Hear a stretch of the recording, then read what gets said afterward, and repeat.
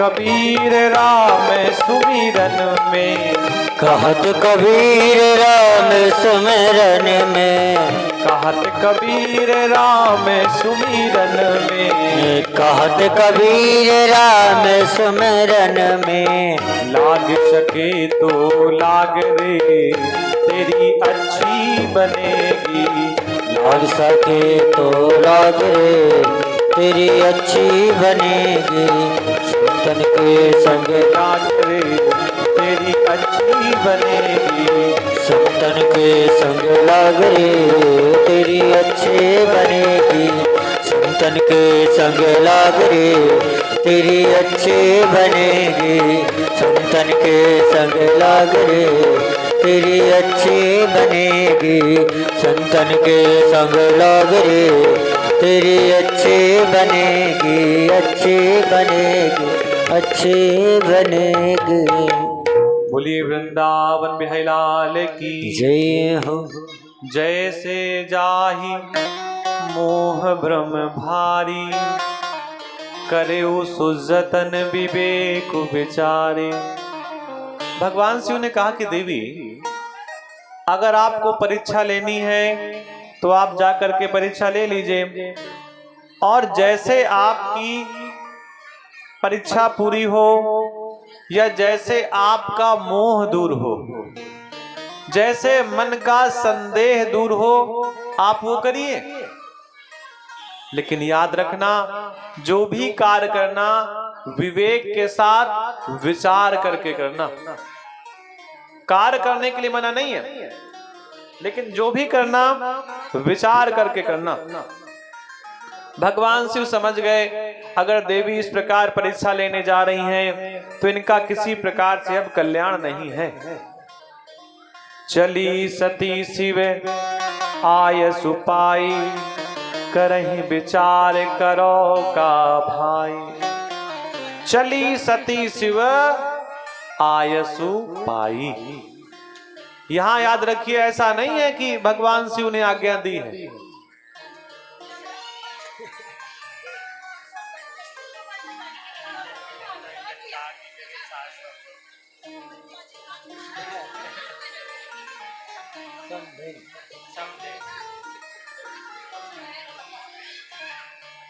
करहि विचार करो का भाई।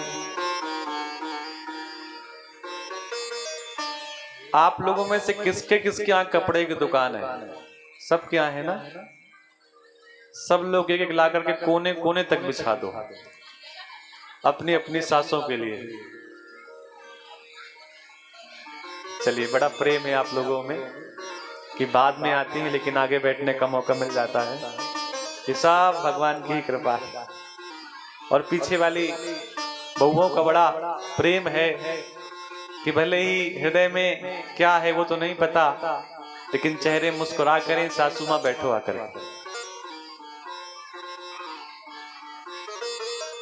इहा शंभुवस मन अनुमाना, दक्ष सुता कहु नहीं कल्याणा। दक्ष सुता का कल्याण नहीं है। क्यों? क्योंकि आप प्रभु राम की परीक्षा लेने के लिए जा रही हैं। मन में विचार कर रही हैं, क्या करें क्या ना करें। भगवान ने भी कहा, हुई है वही जो राम रचि राखा, को करी तर्क बढ़ा वही शाखा। एक बात याद रखिए, जब जीवन में कभी कोई ऐसी स्थिति आए कि कोई रास्ता दिखाई ना दे, तो फिर कुछ चीजें आप भगवान के भरोसे ही छोड़ दीजिएगा।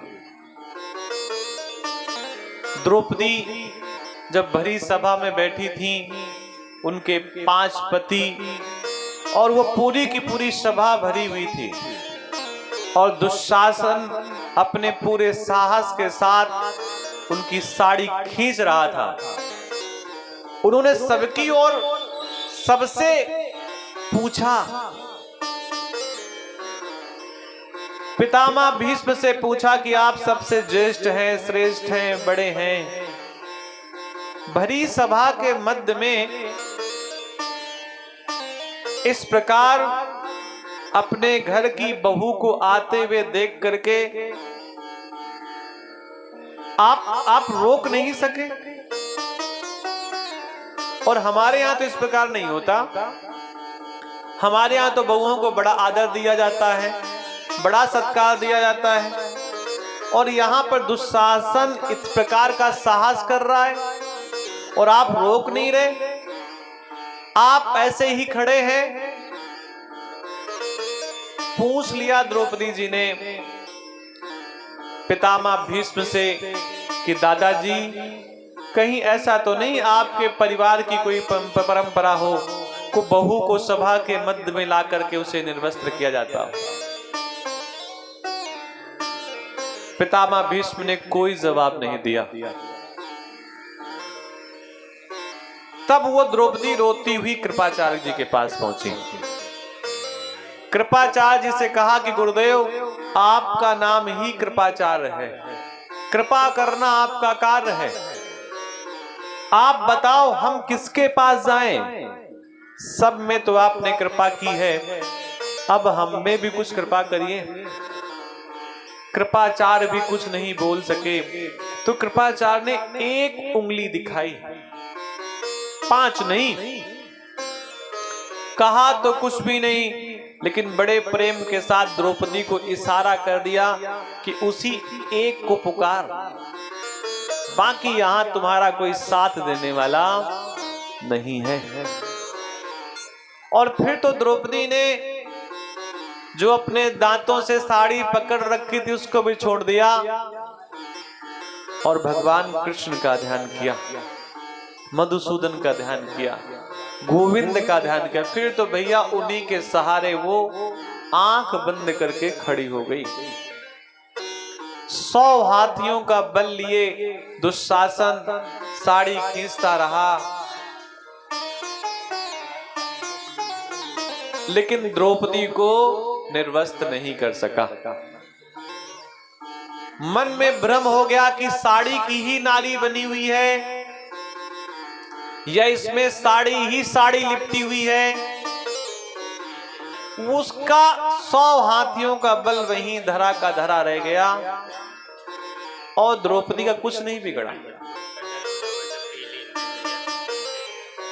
एक भगवान के ऊपर द्रौपदी ने छोटा सा उपकार किया था। उपकार तो नहीं कह सकते, एक छोटा सा कार्य, भगवान की सेवा की थी।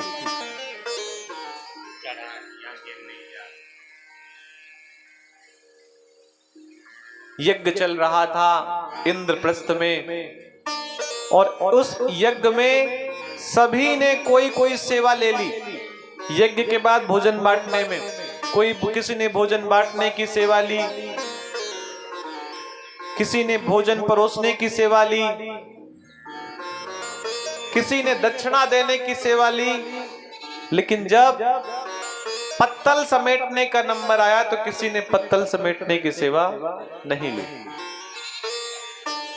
सबको संकोच हुआ कि हम पत्तल नहीं उठाएंगे, हम तो राजा हैं, हम तो राजकुमार हैं, हम तो महाराजा हैं, हम पत्तल कैसे उठा सकते हैं। तब भगवान ने जूठी पत्तल उठाने का संकल्प लिया। द्रौपदी अपने पति के साथ यज्ञ मंडप में बैठी थी और वही पत्तल उठाते समय अचानक पत्तल की एक छोटी सी सीख जाकर के भगवान कृष्ण की कनिष्ठिका उंगली में चुभ गई। ये तो भगवान की लीला थी। ऐसा कहा जाता है उस यज्ञ में भगवान की कई पत्नियां भी थीं। हाथों से रक्त बहने लगा। सभी अपने अपने आंगन में दौड़ करके गए कि वस्त्र लाएं और भगवान की उंगली में वस्त्र लपेट दे, रक्त बह रहा है।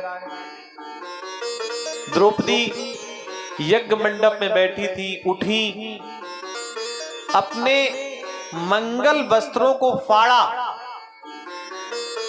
क्योंकि आप यज्ञ के समय जो कपड़े पहने रखते हैं वो मंगल वस्त्र होते हैं। उसी कीमती वस्त्र को फाड़ा और भगवान की सबसे छोटी उंगली में लपेट दिया। वो थोड़े से वस्त्र के बदले भगवान द्रौपदी की लज्जा को सुव्यवस्थित करने के लिए वस्त्रों के रूप में ही वहां पर उपस्थित हो गए। आप जब प्रातःकाल पूजन करते हैं शिव जी को तो हम कहते हैं वस्त्र चढ़ाइए। आप कल्पना करिए, जो आप वस्त्र जितना धागा चढ़ाते हैं वो भगवान के किसी अंग में भी किसी अंग को ढक नहीं सकता, लेकिन फिर भी एक कल्पना की जाती है कि भगवान को हम वस्त्र अर्पण कर रहे हैं। और वो चढ़ाने का एक ही मतलब होता है वस्त्र अर्पण करने का, कि जीवन में कभी हमारे घर में वस्त्रों की कमी ना हो। आप 7 प्रकार का अन्न मिलाकर के भगवान शिव को अर्पण करते हैं। प्रार्थना सिर्फ ये होती है कि हे महादेव, हम इस प्रकार का अन्न आपको दे रहे हैं, सब प्रकार का अन्न मिला करके दे रहे हैं। हमारे बच्चे, हमारे घर के लोग, हमारे पुत्र पुत्रियां, बेटी बेटियां संसार में कहीं पर भी रहें लेकिन अन्न की कमी ना हो, इसी भावना के साथ भगवान को अन्न अर्पण किया जाता है। वही है वही सुराम रच राखा, को करी तर्क बढ़ा वही शाखा। आप कल्पना करिए, महादेव अपनी पत्नी को एक समय के बाद समझाना बंद कर दिया, क्योंकि बहुत ज्यादा समझाएंगे वो समझने के लिए तैयार नहीं है। इसलिए भगवान को लगा कि अब इनको तो भैया प्रभु राम के भरोसे ही छोड़ देना चाहिए। और हम सबको भी एक बात ध्यान रखनी चाहिए कि अपना पूरा प्रयास आखिरी समय तक करना चाहिए, लेकिन किसी कारण से प्रयास में अगर असफल हैं तो फिर उसे भैया राम जी की इच्छा समझ करके ही भूल जाना चाहिए। अस कहीं लगे जपन हरि नामा, गई सती जहां प्रभु सुख धामा। भगवान शिव को लगा खाली समय में क्या करें, तो खाली समय में भगवान शिव राम राम राम राम राम राम जपने लगे। और आप भी जब भी खाली समय हुआ करें, कभी ऐसा मौका मिले कि आप बिल्कुल खाली हैं, आपके पास कोई कार्य नहीं है, तो उस समय प्रभु के नाम का चिंतन सुमिरन व्यक्ति को करना ही चाहिए। और सबसे अच्छा समय है प्रभु के नाम के सुमिरन का जब आप प्रसाद बना रहे हो, जब आप भोजन बना रहे हो, जब अपने घर के बच्चों को आप दूध पिला रहे हो, उन्हें खीर पूड़ी खिला रहे हो, उस समय अगर ईश्वर का स्मरण किया जा रहा है तो निश्चित मानिए इससे अच्छा कुछ हो ही नहीं सकता। कभी आप ऐसा करके देखिए, दूध वही होता है, शक्कर वही होती है, पंचमेवा वही होती है, बस अंतर आता है तुलसी पत्ती पड़ने का। और वही प्रसाद में जब तुलसी पत्ती पड़ जाती है तो पंचामृत का स्वाद परिवर्तित हो जाता है सब वही, लेकिन वही जब प्रसाद होता है तो भैया उसकी विशेषता बढ़ जाती है।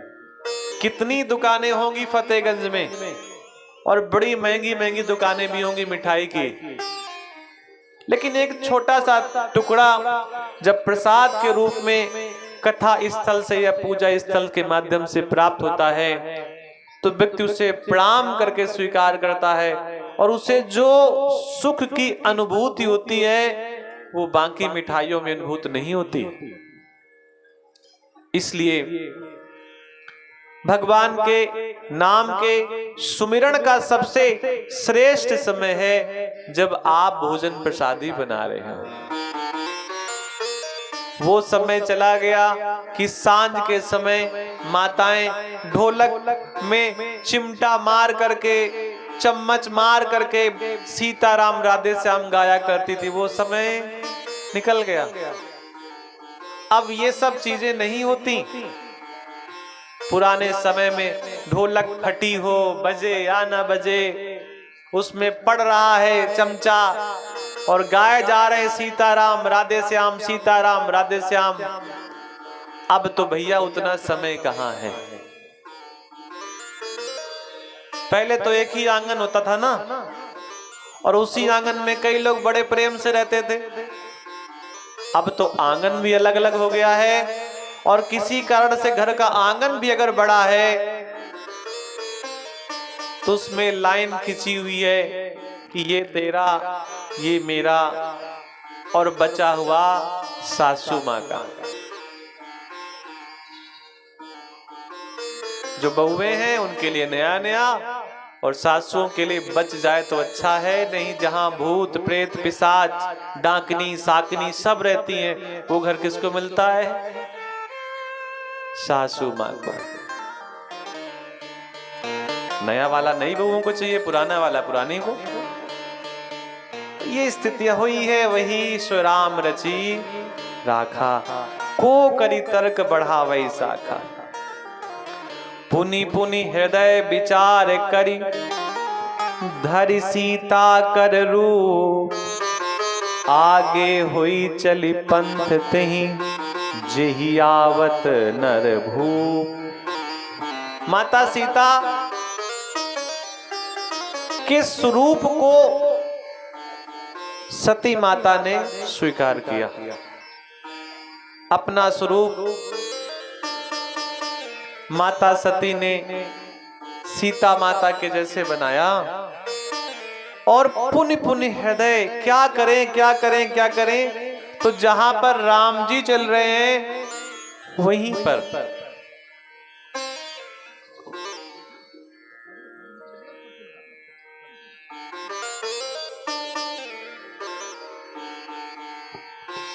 देखिए, व्यक्ति के चलने का ढंग भी होता है। व्यक्ति जब चलता है ना तो मालूम पड़ जाता है कि वो किस उद्देश्य से आ रहा है, किस उद्देश्य से जा रहा है। आप कल्पना करिए, माता सीता और प्रभु लखन के जीवन में कितना विचार है। विचार किस बात का है? विचार इस बात का है कि जब चाल समझिए, कैसे चलते होंगे प्रभु राम, कैसे सीता माता, कैसे भैया लखन। जब प्रभु राम आगे चलते होंगे तो उनके पद चिन्ह बनते होंगे। बोलो भाई, जब कोई नंगे पैर चलेगा तो उसके पैरों के निशान जमीन पर बनते कि नहीं बनते? बिल्कुल बनते। और प्रभु राम के पीछे कौन चलता है? माता सीता। ऐसा तो नहीं कि आगे आगे चलती है माता सीता। प्रभु आगे और माता सीता पीछे। लेकिन माता सीता जब चल रही हैं तो मन में ये भाव है कि प्रभु राम जहां जहां पैर रख रहे हैं, इस कथा को बहुत ध्यान से समझना। प्रभु राम जहां जहां पैर रख रहे हैं, माता सीता पूरा विचार कर रही हैं कि जहां पर प्रभु के पैर पड़े हैं उनके ऊपर पैर ना रखे जाएगा। अब आप दोनों के पीछे कौन चल रहे हैं? भैया लक्ष्मण। तो लक्ष्मण भी विचार क्या कर रहे हैं कि जहां पर भाभी माँ के पैर रखे हुए हैं, पड़े हुए हैं, जहां पर भैया के पैर पड़े हुए हैं, इन पैरों के निशानों के ऊपर पैर न रखा जाए। आप सब लोग चित्रकूट के निकट रहते हैं, कभी कभी फटिक शिला के दर्शन करने आप लोग जाते ही होंगे। तो वहां के पंडित जी बताते हैं कि यहाँ प्रभु के राम के पैर रखे हुए, तत्काल आप प्रणाम करते हैं। बोलो भाई, ऐसा तो नहीं करते कि पैर के ऊपर अपना पैर नापने लगते हैं? अरे हमारा पैर तो प्रभु के पैर से छोटा है, ऐसा तो नहीं करते होंगे? बोलो भाई, प्रणाम करते होंगे ना। अब आप कल्पना करो, जो माता सीता प्रभु राम के पीछे पीछे चल रही हैं, वो आगे कैसे चल सकती हैं? लेकिन असली सीता होती तो पीछे चलती। ये तो नकली वाली है। आगे हुई चली पंथ तेहि, जेहि आवत नर भू। आगे चली। अच्छा, ऐसा होता भी है जब माताएं अपने पतियों को लेकर के अपने पीहर जाती हैं तो शॉर्टकट वाला रास्ता बताती है, यहां से चलो। वो भी बेचारा सोचता है चलो तुम्हारे घर चल लें, तुम्हारी बात मान लें, क्योंकि यहां तो तुम्हारे घर के चलेगी। आगे आगे माता सती चल रही हैं सीता के वेश में। लक्ष्मण दीख उमाकृत वेशा, चकित भय भ्रम हृदय विशेखा। माता सती के स्वरूप को लखनलाल ने देखा और लखन जी समझ गए। आप कल्पना करिए लखन जी समझ क्यों गए? क्योंकि प्रभु राम जब शेष सैया में बैठते हैं तो उन्हीं के ऊपर तो माता बैठती है, माता कहीं अलग तो नहीं बैठती ना। तो प्रभु लखन जी समझ गए कि ये मां नहीं हो सकती। मां तो है लेकिन सीता मां नहीं हो सकती।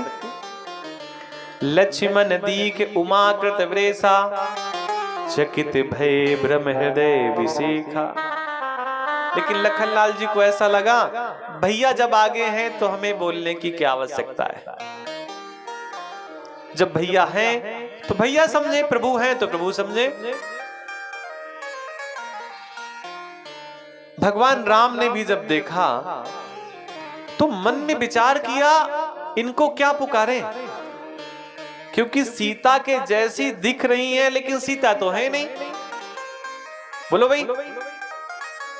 और माता पार्वती, माता सती हैं लेकिन सती के वेश में नहीं है।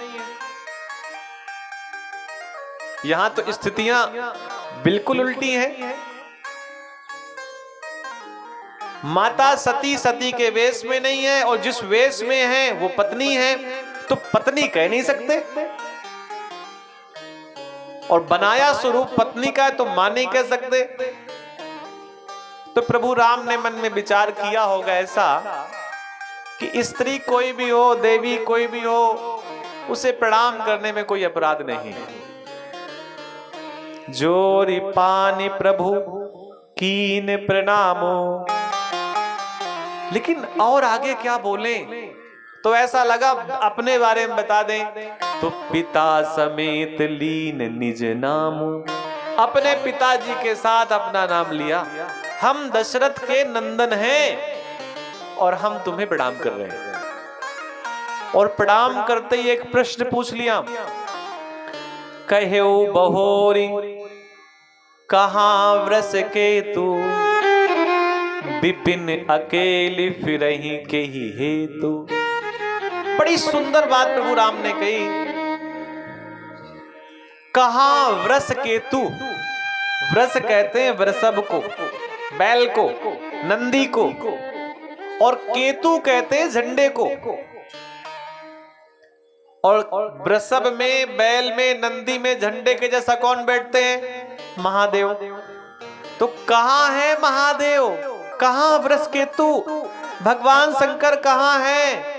और धीरे से एक बात और कह दी कि जिस जंगल में आप देवी घूम रही हैं, इसी जंगल में एक देवी थोड़ी देर पहले लक्ष्मण रेखा के अंदर अकेले थी। थोड़ी देर पहले, साल 2 साल पहले नहीं, कुछ देर पहले एक देवी, देवी का मतलब सीता कुछ देर पहले अकेली थी ना, और लक्ष्मण रेखा के अंदर भी थी। प्रभु राम माता सती से कहना चाहते हैं जंगल बड़ा खतरनाक है, इस जंगल में किसी भी स्त्री का अकेले घूमना ठीक नहीं है। क्योंकि हम जब 2 भाई थे और हमारी पत्नी थी तब तो वो चोरी हो गई। यहाँ स्थितियां बड़ी खतरनाक हैं। यहाँ सोने के हिरण दिखाई देते हैं, वैसे सोने का हिरण होता नहीं है। यहाँ राक्षस साधुओं के वेश में आते हैं, वेश परिवर्तित करके आते हैं, और देवी जंगल में अकेले घूम रही हैं। और जब इस प्रकार की भाषाएं प्रभु राम ने गूढ़ वचन बोले, राम बचन मृदु गूढ़ सुन, उपजा अति संकोच, सती सभीत महेश पही, चली हृदय बड़ सोच। अब प्रभु को अब ऐसा लग रहा है माता सती को अब क्या करे, वेश तो बदल लिया और प्रभु पहचान गए, प्रभु ने प्रणाम भी किया, प्रभु ने अपना परिचय भी दिया। प्रभु को लगा थोड़ा सा और इनको अपना स्वभाव दिखाते हैं। तो भगवान प्रभु राम ने एक लीला और की कि जो सीता अभी गायब थी वो प्रभु के साथ दिख गई, राम लखन सीता दिख गई एक साथ। और भगवान ने कौन लीला की, अब एक राम लखन सीता नहीं, कई सारे राम लखन सीता देखे माता सती ने। अब तो भैया माता सती फिर चितवा पाछे प्रभु देखा, सहित बंधु सिय सुंदर वेशा। अब माता सती बहुत परेशान है, क्योंकि वो समझ गई कि भगवान शिव जो कह रहे थे वो सब प्रकार से सही है। बोलिए वृंदावन बिहारी लाल की।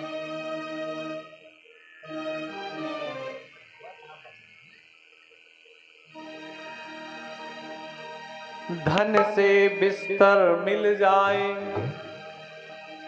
पर नींद को तरसे नैना, किसी किसी को कांटों में भी चल कर आता